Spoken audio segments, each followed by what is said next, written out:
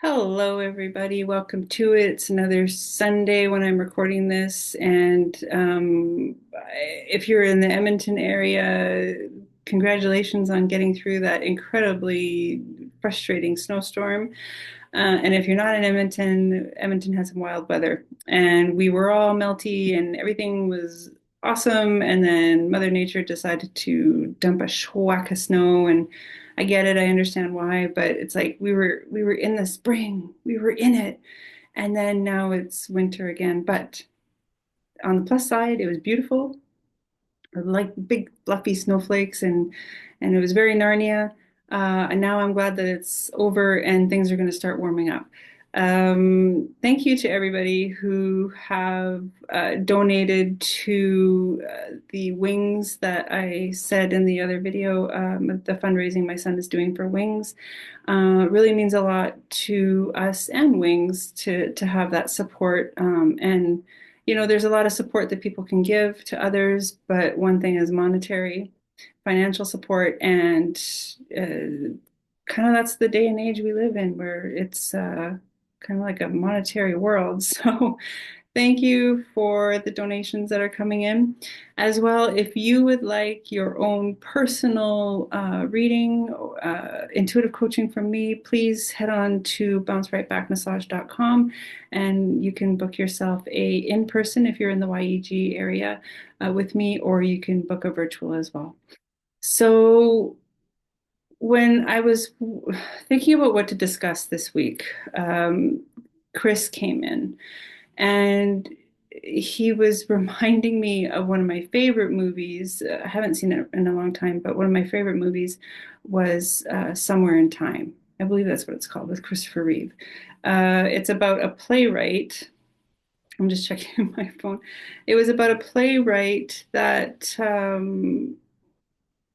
basically he fell in love with a portrait of a woman and he wanted to go back in time to meet this woman. Yeah, Somewhere in Time with Christopher Reeve.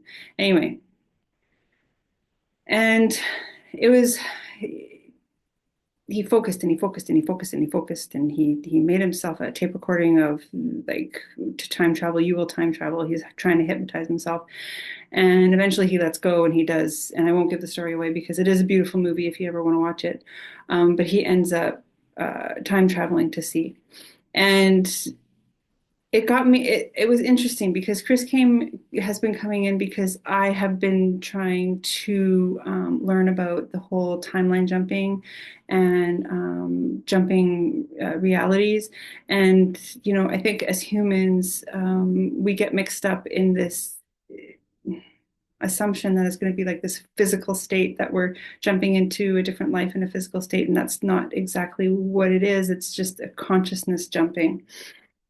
And he's saying right now that human beings conscious jump all the time. We're just not aware of it. But when we are aware of it, it's kind of like humans become these gods where they can bend time and they can put themselves in a particular place where they want to be. And I've been interested in that lately. So I've been practicing like the meditations and the self hypnosis to see what happens. Um, and and then I was questioning it, and then Chris came in and he was like, "Well, remember Somewhere in Time, where he actually put himself back in time." And he made it sound so simple. It's like Chris said, "Do I have something here?" I don't know. Chris said it's like it's all in the mind. Time travel is all in the mind. And then like we got to talking about like the wormhole stuff. So because like there's I've been talking in the videos about how the energy is changing and how things are becoming different. And I just had a client today. She was just an amazing woman, and we were talking about how the matrix was inverted, but now it's coming right side up.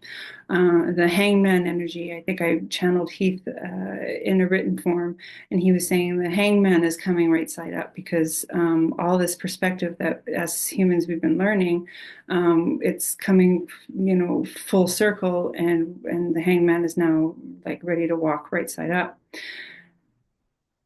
Everything is absolutely magical. Everything is absolutely possible. And I'm getting dizzy as I'm saying that. Everything that can be, and it all starts in the mind. Chris is telling me that he's reminding me that the table like to talk about the mind but separated from the brain. The brain is the monkey brain. The brain is more connected to that ego state, the snowballing thoughts and all that stuff. The mind when it comes into the heart is that wisdom factor, and that's what we're trying to use right now. It's a consciousness.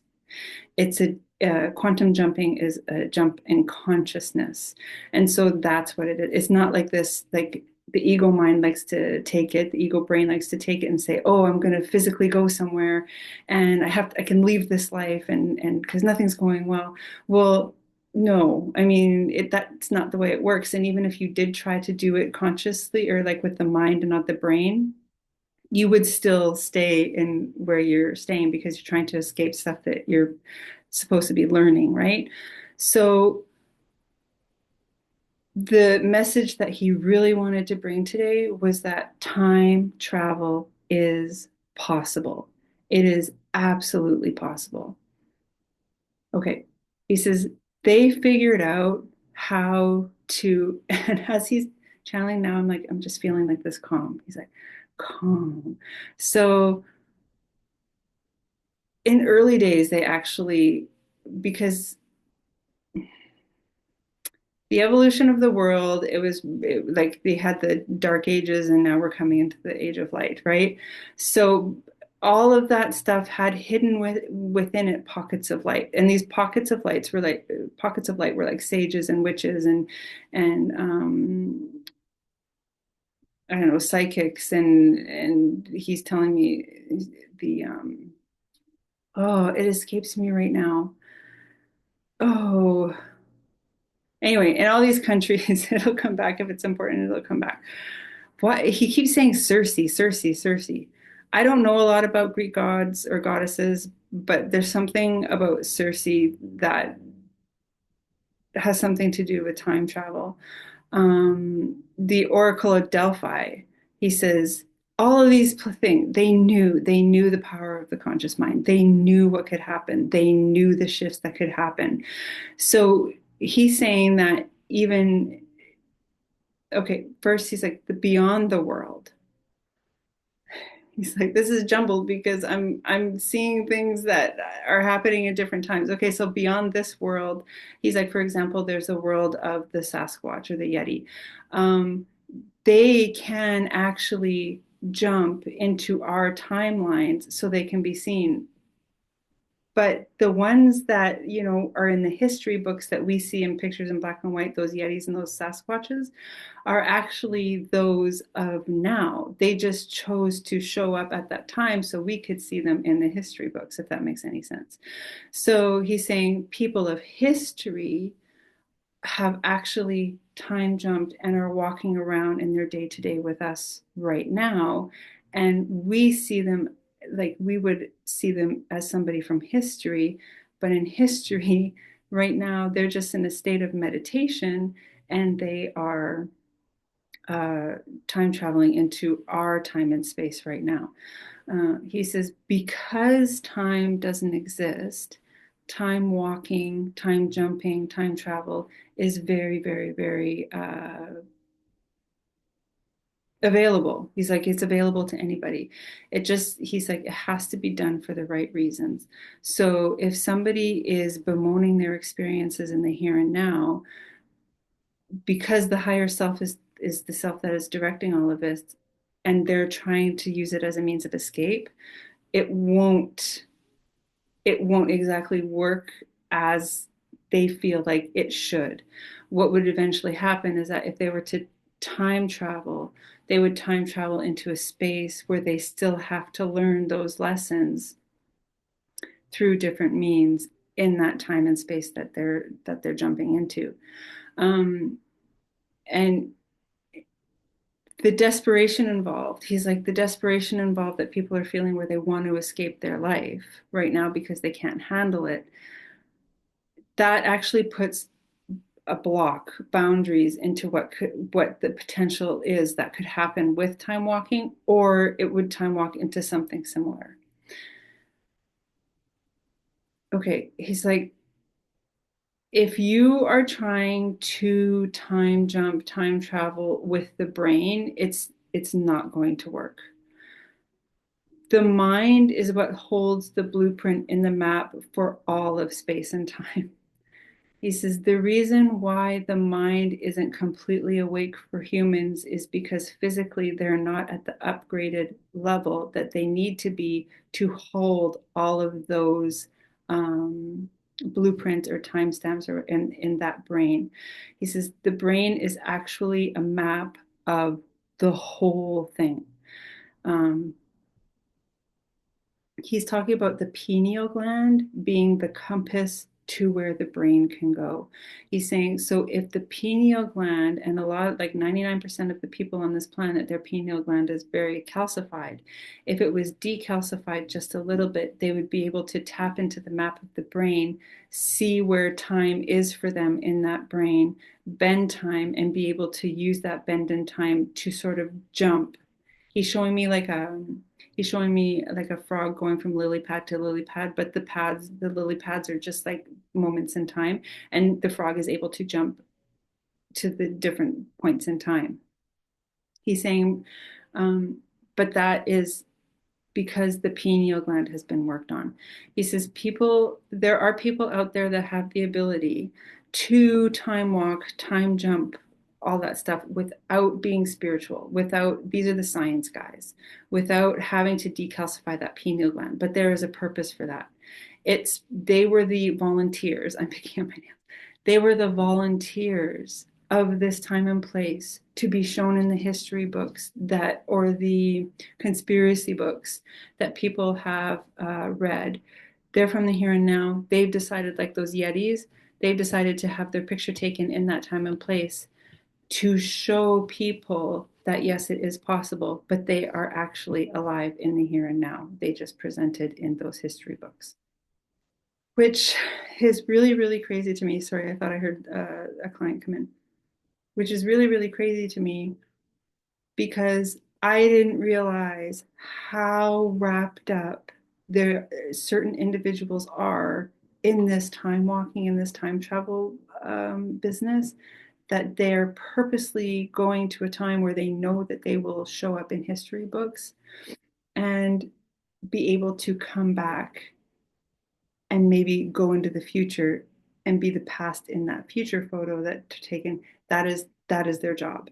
Their job is to, from the here and now, go from here to there and everywhere to show that time travel does exist, that it works very, very well, and then it can be done. There are stipulations though, because we are human. Everything within time travel is intention based. So he says in the movie Somewhere in Time, Christopher Reeve had, he got a crush on somebody through a photo. And so his intention was to try to meet this woman who he fell in love with her image. And because it came from a very pure place, if you see the movie, you would know that his intention was very pure. It was very like romantic and very innocent. That is why he could time walk. However, he could only time walk when he gave up the idea that it's supposed to go according to his plan, because time walking it's so simple, it's not simple. And he had to get that. He had to relax into it. He had to become time. He had to open his pineal gland in those moments in those movies so much that he could let go and be, Chris is like, not to sound corny, but be the pineal gland, be the compass, the pineal gland that, walks around in the mind and is able to take those timestamps in the mind and bend that and be able to go there. Okay, thank you. He's saying having he's like in the movie, having that image of something in your mind is actually a great way to connect with the energy of that time and place in a way that is recognizable. He says, because if somebody is just planning on going to, and there are people that do because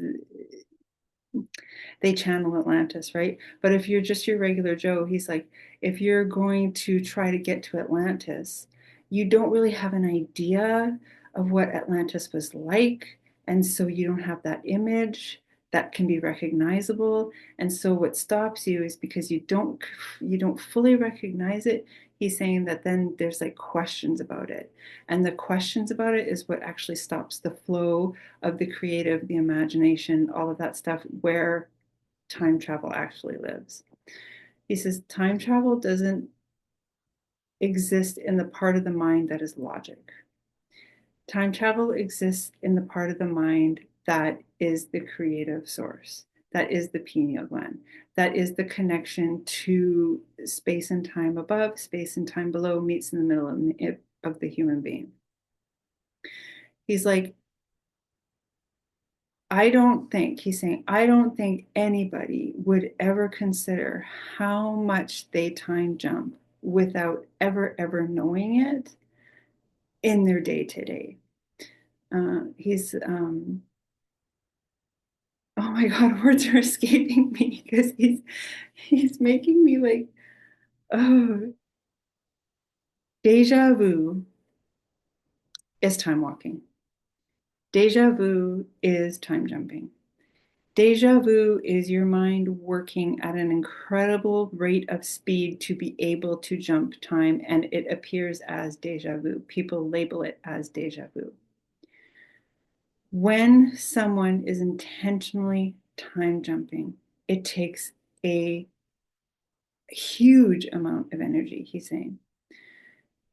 He's saying if you can think of the pineal gland as not so much as a human concept, kind of fleshy little gland, but as a crystal, he says you would understand then that the body is the computer and that pineal gland is telling the computer what to load up. So when you time travel or when you time jump, the pineal gland is so like decalcified that it can actually tell the computer, okay, you are going to open, you know, I'm sounding like a computer voice, you're going to open Word. But Word is actually you are going to go to 1887. And then the computer will open that program of 1887, the Word. And then when you're done, you save that, you close it down, and then you return to your home screen, right? So that's basically, he says he's breaking it down. He said he had to find a way to break it down. So he says the less, he just said the less bullshit that you have on your home screen, but the less stuff you have cluttering up your home screen, the easier it will be to maneuver to find the program that you want to open. And then you can click that and open it. The issue that people have when they try to time travel, he says, is that they have so much clutter in the brain that they can't, the computer is working so slow that it can't get to the nitty gritty of opening Word. Because when they open Word, it's like the computer has no idea. Like it's like a computer from 1985 trying to open a Word, 16 document. I don't even know the computer language. It doesn't have the ability, it doesn't have the capability to open it, even though it's the same program in 1987. It's just there's a whole bunch of junk on that line. So he's like, the more clear that somebody has that pineal gland, the more easily and more direct it is to do those timeline jumps. Saying, let's go down the road of the meditations on YouTube, or I think it's like using, yeah, the reality shifting on YouTube. Those can help tremendously. He's like, but it's still a process because what's going on is that, okay, so somebody's just going to dabble in it. He's like, the belief isn't there. So the connection isn't completely 100% made. If the person is going in with the purest of intention to learn how to do it, they are cementing those gaps in the wiring of the mind to be able to do that. But if they're just going in and to dabble in it and see if it works, and if it doesn't happen the first time, it's a load of crap. He's like, that is using the brain to do it when the intention to do time traveling is actually using the mind. He's like, the first order of business to understand how to get from A to Z is understanding that it's not the brain that is working, it's the mind. Okay, he says, the brain to me, he says, how I see the brain is, he says, is when you walk into your grandma's house and you see that their couch is like in Everybody Loves Raymond, his mom's couch was covered in plastic, right? So the plastic is the brain, the mind is the couch. And he's like, all these people are putting plastic over their mind, the plastic of their brain over their mind because they unknowingly are trying to protect the sacredness of the mind.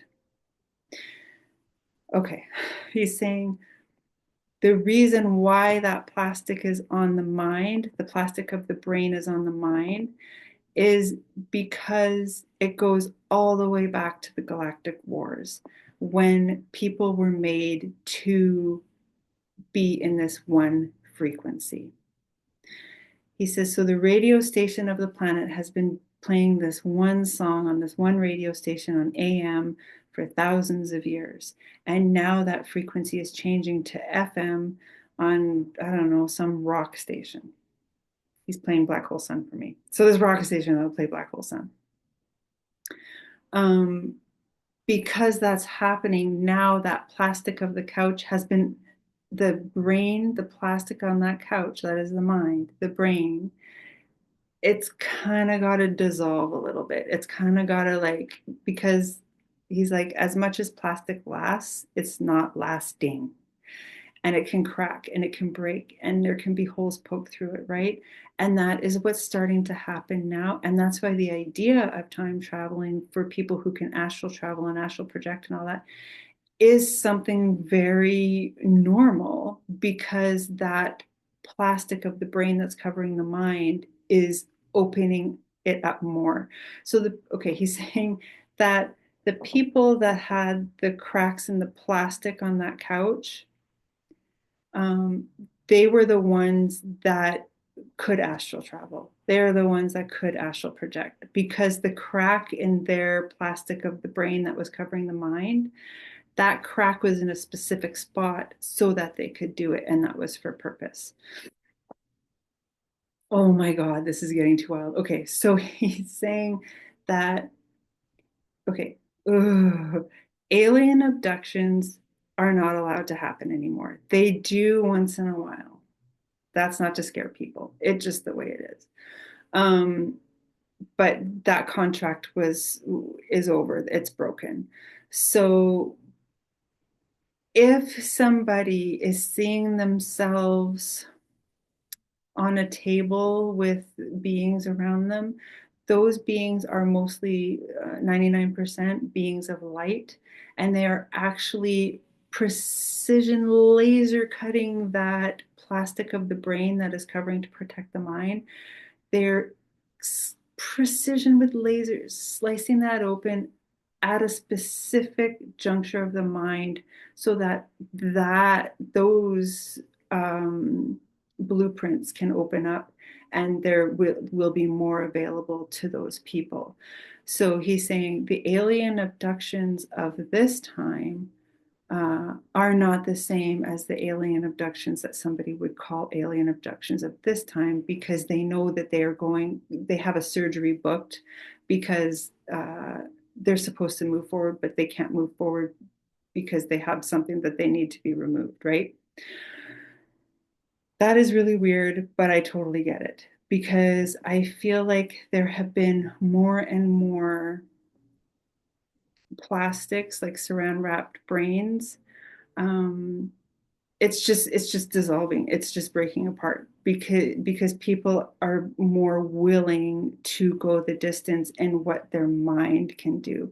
But it's actually going to be very, very foreign. So the way to train it is that people will have more and more experiences of deja vu than they really ever have before.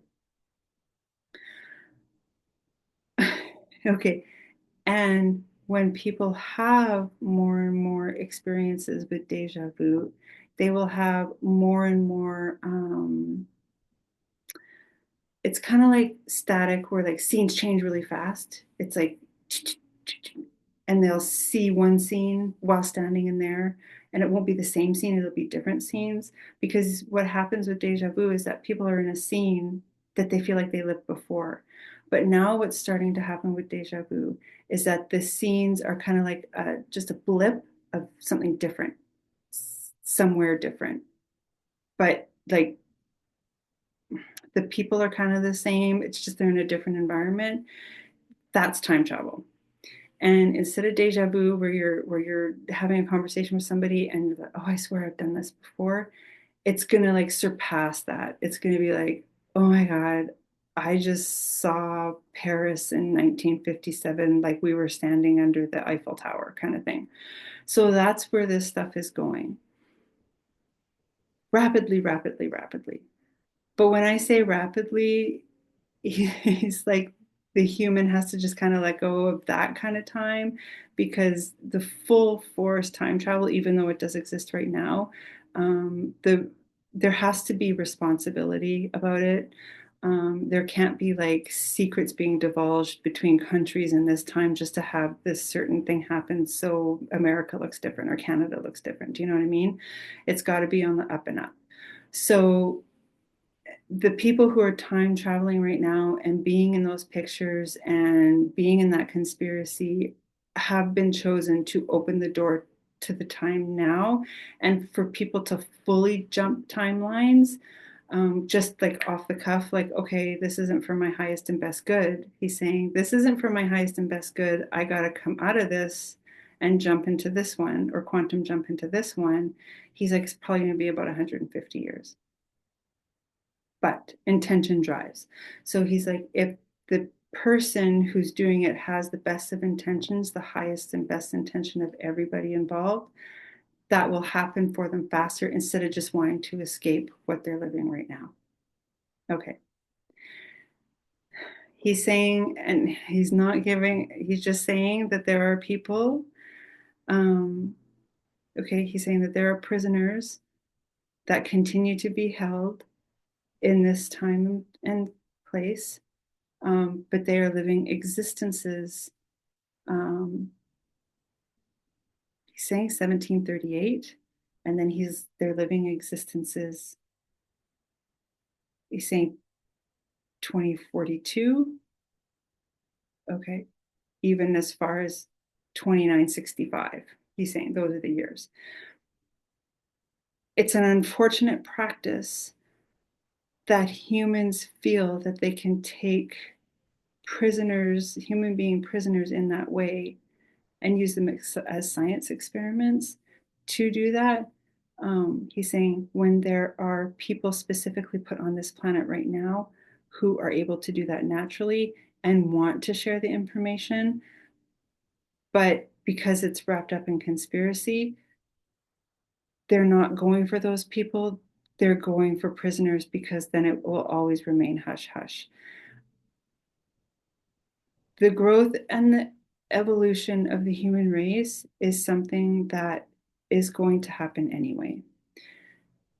And part of the truth that is appearing while all the chaos and the lies and stuff is crumbling and creating chaos, part of that truth is actually showing what's going on behind the scenes, so people can say, but that there was no need for that.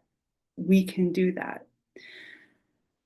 So, okay, thank you. And there are star races that are actually heavily, heavily involved in this and protecting this process, because the intention of time travel right now isn't what it's supposed to be the highest and best. Okay, okay. He's saying that there are so many, he's saying in the thousands of people who have been listening to YouTube, have been struggling through the process, have gotten that you just have to let go, let God, know, and then tend for your highest and best good. And it's just viewing right now. We're not going there to live. We're just going there to see, okay, show the people, well, no, what you're living is actually really your highest and best good. And that over there isn't really your highest and best good, is because the experiences are that you need are now. And these people are mature enough to understand that, right? He's like, where were we going with this? I don't know. This has been a gong show of a channel anyway. Anyway, the intention is clearing. Oh, he says there's thousands of people on YouTube who have gotten it. And that is why the YouTube videos are being so successful. He's like, he understands the desire for reality shifting. And that will come easier when you accept the reality that you are living in right now, because anybody's reality is a co-creation of them with God, is a co-creation of them and another person. He's like, the old adage, he says, it takes two to tango, is very, very, very much prevalent in the attitude of people who are wanting to time walk and time jump to escape. And it's being mimicked as reality shifting. And it's sexy right now, but it can also do some harm to the psyche because of expectation, because it should work, because I'm so desperate to escape this. And I'm not willing to take ownership of the part that I played in it, right? So he says, do your reality shifting meditations, because it does a lot of work with letting go. And if you get a really good reality shifting meditation, it will help heal the wounds that you still hold on to in this reality and what you're trying to escape. However, you have to go into these things with the intention that you are a co-creator of your existence. Regardless if you go from this reality to this reality, he's saying if the co-creating intention is the same, the reality is going to end up the same, just maybe some different faces involved. Okay, and sometimes it can be more, because remember with the last video, he's saying the rule of three. If you're jumping timelines or you're reality shifting with the intention of, I don't know, doing harm to somebody, or, putting somebody in a hot seat, that new reality, you will receive that times three or threefold. So he's saying just time travel, there is no rule for anybody. The only rule is with the intention that you're going to do the time travel. He says, I wanted to talk about this today because this is going to be spreading like wildfire. And the thing that he says he wants to kind of help shape and mold, not control, but shape and mold, is he's like the expectation, the disappointment, and what do you really want to see behind that curtain? It's kind of like a Wizard of Oz situation for everybody that wants to time travel. You finally made it to the curtain. What do you want to see, and what are you ready to see? Because what you want to see and what you're ready to see is not going to be the same thing, he's saying. So he's like, in this mess of crap that is a conversation with Kim. Um, okay, he says Kim's not on a clear path because I'm making her jump from this to this to this. He says, but in this conversation, he wants people to realize that yes, time travel is done. It's not a physical state of mind. It's not a physical state of being. It's a leap in consciousness. It's a letting go of what was. It's a coming, it's a meeting, it's you as a divine person being meeting your divinity in another place and time to share your divinity with that place and time. So you might want to connect with your divinity and your intention before going to that space and time. He's like, so Kim has a client coming, and I do. So he's like, he wants to pull a card. Okay, let's see. time travel. Let's go time travel.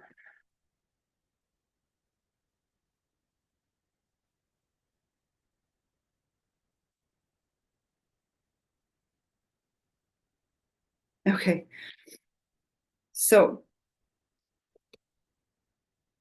the Sirius star beings, is that gonna, I don't know if that's gonna focus. It's a very beautiful card. I don't know, Sirius star beings. Okay, so he's just validating with this card that yes, time travel can happen. It's saying yes, proceed, be seen, push through. Okay, thank you. He's saying people tend to give up way too quickly with the time traveling or reality jumping or astral traveling or astral projecting. He's like they give up way too soon. He says it's going to take at least 35 days for most people to get from A to Z. But it's going to be with conscious practice, intentional practice, and no other way.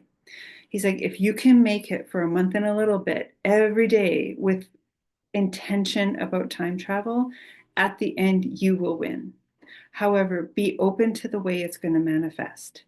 You won't always see yourself standing at the foot of a dinosaur. He's like, you will go, at first, you will go where your higher self directs you to go, where you will be the most useful, where you will gain the most knowledge, where you will find the greatest perspective, where you will be more useful for your highest and best with the information that you take from that time period and bring it back. Because after 35 days, yeah, you can go and touch grass, right? But you won't be able to stay there.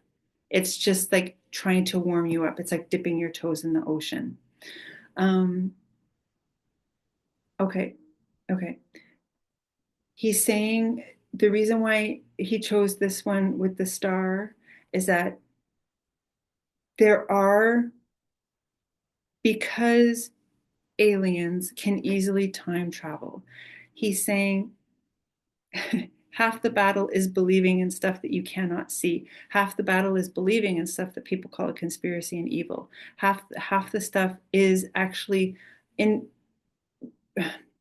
giving that invitation to the star beings that will help you go through that thick veil. Okay, all these conversations are coming together because I was talking about the veil, I think 3 weeks ago. It's very thick. And to puncture that, like the plastic of the brain on the sofa of the mind, there are star beings that will help you do that, get you to where you want to go. Sirius beings, Sirius and Andromeda being the most helpful too. He said the other ones can, but they don't much care for it. But Sirius and Andromeda have that ancient wisdom to get you from A to Z and break through that plastic of the brain. He says time travel is a co-creation of the celestial, the astral, the ETs, and the human beings. It doesn't just happen with the human beings by themselves. So those people who are doing the reality shifting, those people who are doing the time jumping, they already are very much aware of the star beings that are helping them. It is not earth magic, it's star magic. So he's saying, if you would like support with that, if you don't want to feel so alone and so like you want to give up, call in your celestial families, your star families, and they will help you with jumping that quantum, jumping that lily pad. He says, no human being was meant to try this stuff on their own by themselves without the knowledge. There was always a tutor involved, whether you knew it or not. And for this kind of stuff, the tutor is going to be an ET. And he says, that's why people are so afraid of the abduction when they're calling in the ETs. They're afraid that they're going to be abducted. That is no longer the case. They're there to help you, give you divine medical intervention to make that appropriate cut along the plastic of the brain to allow that energy to escape the sofa of the mind to help you with your travel. Um, Okay, he's kind of like it's putting an extra part in the car so it can take you further.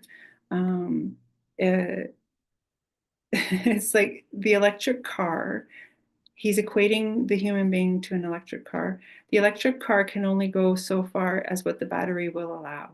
And over time, those batteries lose their power, right? You're going to be plugging them in way more.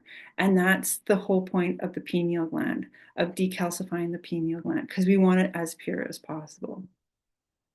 He's like, just even setting the intention with decalcifying the pineal gland will help decalcify the pineal gland. Um, he's like, because he's coming back to the matrix. He's like, because you guys do live in a simulation. You guys do live in a video game. So if you have the controller in your hand and you have the button that says decalcify the pineal gland, you can decalcify the pineal gland. He says human beings have made these processes so difficult when a lot of it, and yes, there is health involved. Absolutely. There are healthy changes that you can do, healthy lifestyle changes that you can do to make this progress further.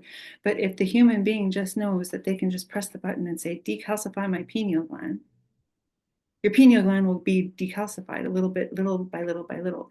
It's not like 100% like guarantee you're going to be able to see God right now.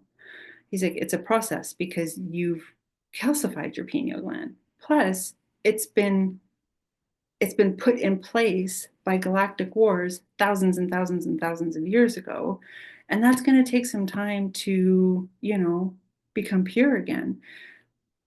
He's like, sometimes pieces of plastic will stick onto that sofa, but it can eventually be removed. So he's like, he says, I'm so happy that we decided to bring this out because it's not just about in like going from A to Z and all of a sudden physically knowing that you're in a different place. That is not the story at all. It is a shift in consciousness. He says, and people are shifting consciousness all the time. The belief is three-quarters of the battle. The intention is the other quarter of the battle because he says, if somebody believes, intention follows, and it's just as strong. So, is there anything else? No, I wanted to do this fast. So that's it from me. I hope you guys are all well and good. If you do want your own reading and you're in the YEG area, hit me up, bouncerightbackmassage.com. If you're not, I do virtual as well. These are just general messages that Spirit wanted to share. But if you wanted something purely focused on you, then, let's purely focus on you. I have no problem with that. So until next time, I'm going to end it because I do have a client in a couple minutes, but I'm going to end it there. And I hope you guys are doing all well and good. Thank you. Thank you so much for the donations for those people who have donated. And if I do put this video up, because there is a chance that I watch this and it's going to be like, oh, that was really like, what the heck are you talking about? I may not put it up. But if I do, it's because, whatever, it is what it is. It'll fall on whoever it falls. So with that, I love you. And I hope you guys are doing very, very, very good. And until next time, take care. God bless you. See you soon.